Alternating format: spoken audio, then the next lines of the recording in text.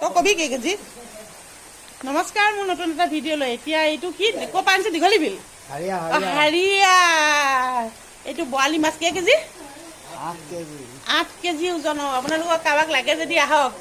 এই দীপ ফুকনৰ ঘৰত কাটিছে, ভোলা বৰুৱাই। থৈ ল দাঙিবই পৰা নাই, ইমান ধুনীয়া মাছ।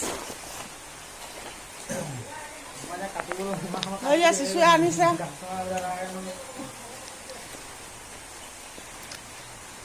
এই হেৰি কি হেৰি বাঢ়িছে নেকি হাৰিয়া? অঁ, হাৰিয়াত আহিছে।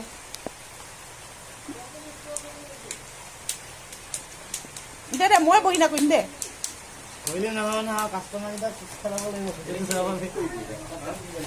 বজাৰে কাটিয়া নাই